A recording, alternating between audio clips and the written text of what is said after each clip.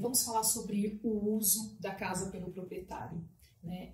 Gente, eu entendo, né? E estimulo muitos clientes a investir aqui, porque você vai ter uma casa num lugar que é muito bacana para você passar férias, né? Mas se o seu objetivo é de investimento, né? Você tem aquele ponto ali importante, que é o resultado final para destinar parcelas ali, para destinar o resultado ao pagamento de parcelas do financiamento, saiba que o seu uso no imóvel pode interferir totalmente no investimento.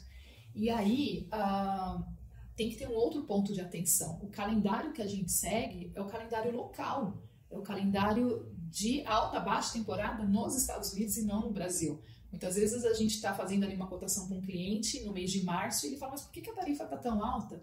Porque aqui a gente tem um spring break, né? Quando a gente está falando com um brasileiro, ele acha a tarifa alta.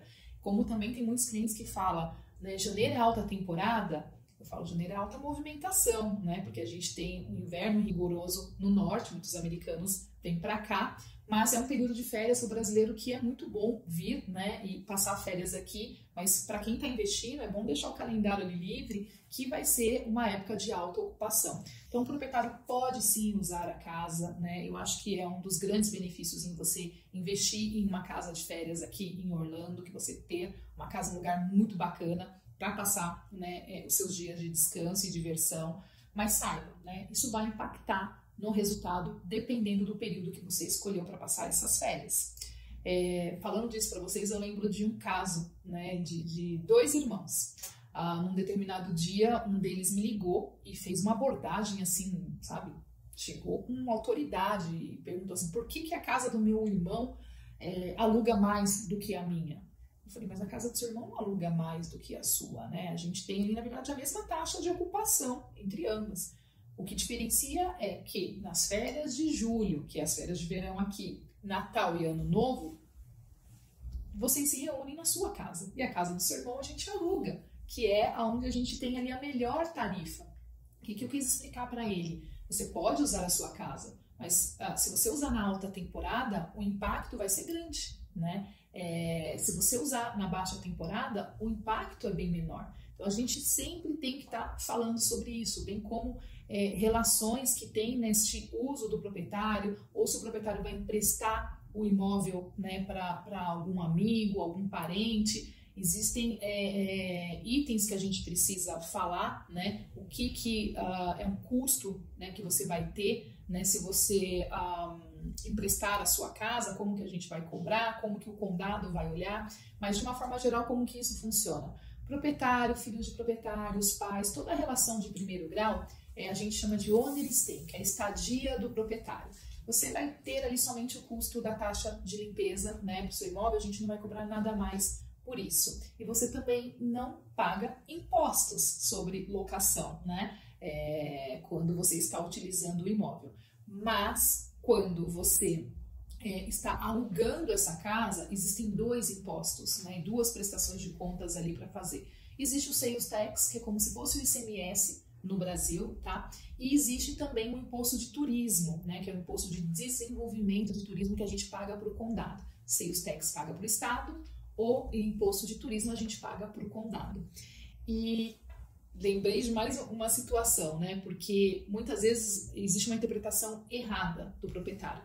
Mas veja, eu estou alugando essa casa para um cliente que é brasileiro, eu estou recebendo aqui no Brasil, eu não preciso pagar impostos. Está enganado, você precisa pagar imposto sim.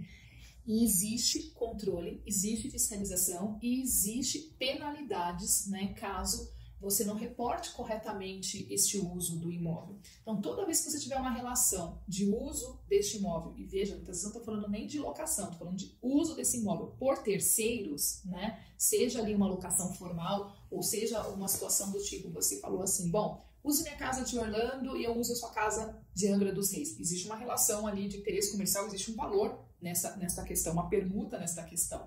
Tem que pagar impostos, né? Eu tive um cliente, foi em 2017, 18, e eu já tinha observado, eu tinha falado para ele, estou contando o caso dele com autorização, se ele estiver me vendo, ele vai lembrar disso, ele falou, não, conta meu caso para que ninguém faça isso. Eu conversei com ele, falei, mas a gente está tendo muitas reservas, né, como se fosse uma estadia sua. E ele falava assim, não, mas é meu amigo, eu só emprestei. Eu falo, você tem que pagar imposto com relação a isso, né? Ah, mas ele só tá levando um iPhone para mim, ele só vai comprar um material, né, um videogame para mim. Eu falo, isso vai chamar a atenção do condado, né? Eram muitas locações ali com a referência de que seria o proprietário que estivesse usando a casa. Gente, até um dia que a gente foi fazer a inspeção nesta casa, a gente chegou lá, a casa tinha um comunicado na porta, né? E tava literalmente com uma faixa amarela.